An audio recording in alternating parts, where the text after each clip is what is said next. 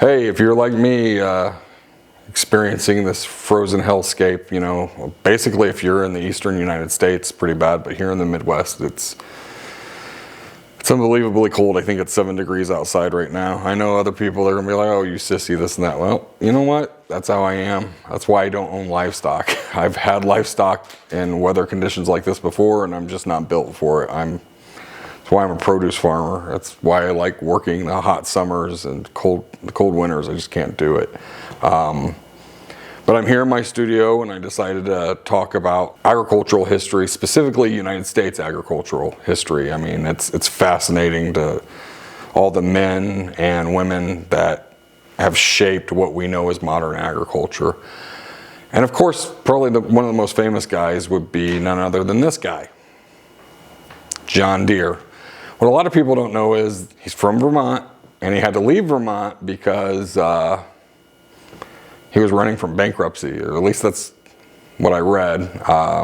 He went to Moline, Illinois, and he started, Deere and Company. Now, most of you should know that this is what John Deere actually invented. And he did not invent this. John Deere specialized in implements. It was actually another John. And this story is a tale of actually 3 Johns that have to do with the John Deere Tractor Company. After John Deere, there was this guy named John Froelich, and he founded the Waterloo Gasoline Traction Engine Company in 1893. Now, back then, they called tractors traction engines or traction machines, and they were all powered by steam. Well, his was powered by gasoline, and it could go forward and backwards. So that was huge. But he wasn't super successful marketing them, and he wasn't great at getting the manufacturing of them down. He was just really good at just basically inventing things in general.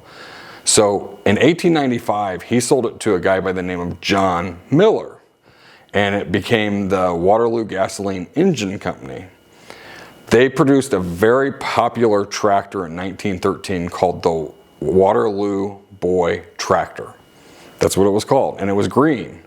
They had a lot of success selling them. Meanwhile, John Deere or the Deere and Company as it was known then, because John Deere has since passed, was trying to break into the tractor market. And I mean, they were mostly implements, and they were working with a company, I believe they were called Dane, and they could not, they just couldn't get a really good working model, and their sales were really poor. And the guy they were kind of leaning on to come up with the next best tractor, he had passed away. So John Deere saw that the Waterloo Gasoline Engine Company was doing really well, and their tractors were very popular. So in 1918, they purchased them for $2.1 million. Now that would be $45.1 million today. And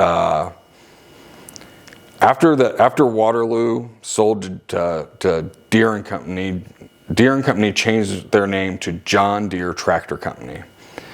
And they continued to sell the Waterloo Boy because it was a popular tractor, and they didn't want to change the name, with the sales they had until they were really established in the market.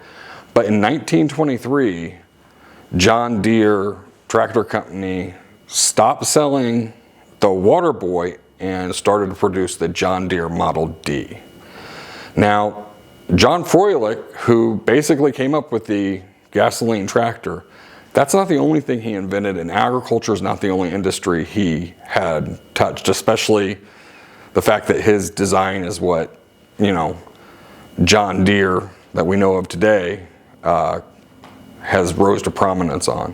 He actually started working on a better washing machine, and the company he did that work for is known today as Maytag. So there you go. The more you know.